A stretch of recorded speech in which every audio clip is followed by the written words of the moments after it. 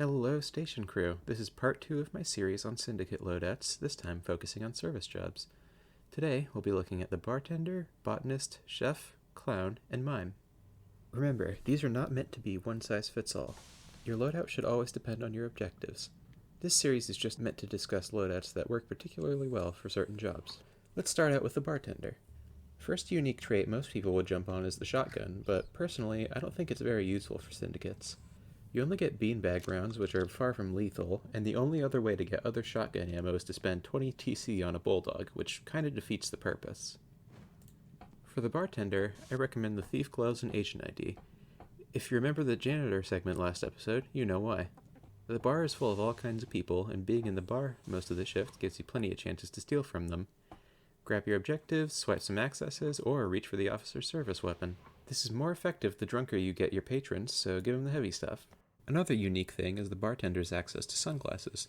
Their flash resistance lets you easily use an often forgotten item, the extra bright lantern. Its flash causes a few seconds of slowness and blinding, making for a perfect chance to pounce on an unsuspecting crewmate. Since being a bartender is an RP-heavy role, I recommend you try to weave your code words into conversation as much as you can. Each and every customer is a potential syndicate ally. Last note, the Boozomat has a unique item when emagged, that being the poison wine. It's not good, don't buy an emag just for this. You could get a more effective poison by just asking chemistry for uranium under the pretense of mixing an atomic bomb drink. Next up, botanist. I've heard a lot of people say that botanist is one of the scariest trader roles, and that's for good reason. Botanists have a lot of ways to cause chaos, most of which have no need for an uplink. Let's start with the ones that do. Botanist has two unique uplink items, those being the gat fruit seeds and the hot potato. All the jobs on this list besides bartender can get the hot potato, so I'll cover that later. The gat fruit seed is great. If you use it right, you can farm tons of ammo out of it. Here's my quick guide. Plant some wheat, use a sterile swab on it. Then plant your gat fruit seed, preferably in a hidden location, and use the swab on it as much as you can. If you have decent luck, the wheat's characteristics will be passed on to the gat fruit plant, causing it to yield 3 fruits as well as grow faster. Before harvesting the fruits, be sure to cut a sample off the tree if you want to keep planting. Keep in mind that the python from the gat fruit will come with normal 45 rounds instead of the AP ones that come with most pythons. For only 6 TC, this is a wonderful way to go loud.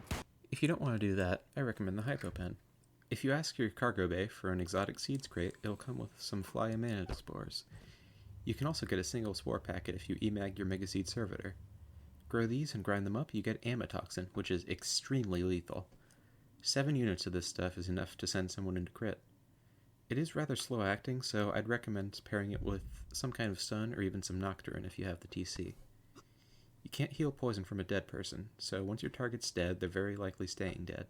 Some of the other myriad ways to cause chaos as a botanist are no slips plus blue tomatoes, growing a ton of killer tomatoes, harvesting phlogiston from pyrocotton, harvesting mutoxin from mymanas, crossbreeding the crops with fly amanita to make horribly deadly peas. I could go on, but you get the picture. Botanists are terrifying. Next up, the chef. Let's start with his unique uplink item, the sponge box.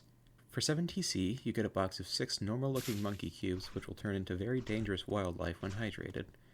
It's basically a bundle of much stronger dehydrated carp. Be careful with it, however. Once unleashed, the animals will attack you too. It's a very good way to cause some chaos. The chef has 2 very nice attributes. First of all, the butcher's cleaver. This is a deadlier slashing weapon than most, able to crit a target with only 8 strikes, and having the same swing speed as most knives. The best part is, nobody's going to be suspicious about the stabbing sounds coming from inside the freezer. This works well with the chef's second attribute, the meat hook. This is one of the best ways to get rid of a corpse, just turn them into meat. Together, these make the chef a very effective assassin. Of course, that begs the question of how you get the target into the freezer in the first place. For this, I like to use nocturne. There are a few foods that can hold enough nocturne to knock someone out. My favorites are chow mein and dun dun noodles from the noodle vending machine. Slip the special sauce in there and tell your target they're too chicken to eat your super spicy ramen. It's also very easy to hide poisons inside custom burgers. Next up is the clown. Clown has the most unique items in their uplink by far, a whopping 5. They're pretty much all good, so let's quickly go over them one by one. The explosive banana peel works like a proximity mine, simple as that. It's 2 TC, which is a steal. The cluster banana peel splits into 6 explosive peels. These ones will automatically explode if nobody steps on them after 20 seconds. This costs 8 TC. The fake cap gun is a 45 revolver disguised as a cap gun. It comes loaded with 6 armor-piercing rounds. Costs 9 TC. The hollow clown is basically an upgraded hollow parasite. It costs less TC at 12 and has a hand and 2 pockets to carry things with. Finally, the hot potato is a bomb with a fixed timer of 120 seconds. It can't be dropped. The only way to get rid of it is to hit someone else with it. It caused a lot of chaos for only 4 TC. Obviously, you have a lot of options. Personally, I'm a huge fan of the hollow clown because of one quality. It keeps its held items when you unsummon it. I like to pair it with the Syndicate toolbox. It gives the hollow a very nice melee weapon, gives you all the tools you could want, and allows the clown to work like a storage implant by keeping stuff in the toolbox. Clown is unique in that people kind of expect him to just break into places and don't tend to care much when he does, so the toolbox lets you really use that to your advantage. Another thing, if the clown asks a person to follow them, 9 times out of 10, they'll just follow with no questions asked. You can use this to your advantage, luring them into your clown room. They'll be expecting a joke, but you'll have the last laugh. Keep in mind that the clown cannot use guns. This also applies to hollow clowns. Don't buy a gun as clown. Finally, the mime. He has no unique items of his own, but does share the hot potato and cap gun with the clown. The mime's biggest advantage is his powers. As long as you never talk, you can create unbreakable invisible walls.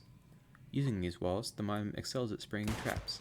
There are a lot of ways to spring a trap with this ability. Simply creating a wall and pulling a gun will suffice. One of my favorite traps is pretty simple.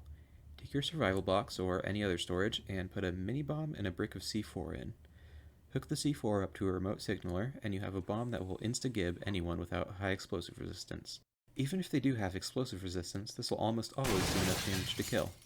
Another, more reusable trapping tool is the turret. For 6 TC, you get 50 perfectly accurate shots of 35 auto to fire into anyone you like. You have to hit it with melee to activate it, so it's a bit difficult to use, but use it right and it's very lethal. And that's all the service jobs. From here on out, the departments get a lot less varied, so I'll be able to go into a lot more depth on each job. If you have any preferred loadouts for the jobs I covered, I'd love to hear about them in the comments. I'll most likely be doing the supply department next, so stay tuned. Just fill a lot of pizza slices with Nocturne and feed your victim a pizza tower. That's a dumb line. I'm fucking cutting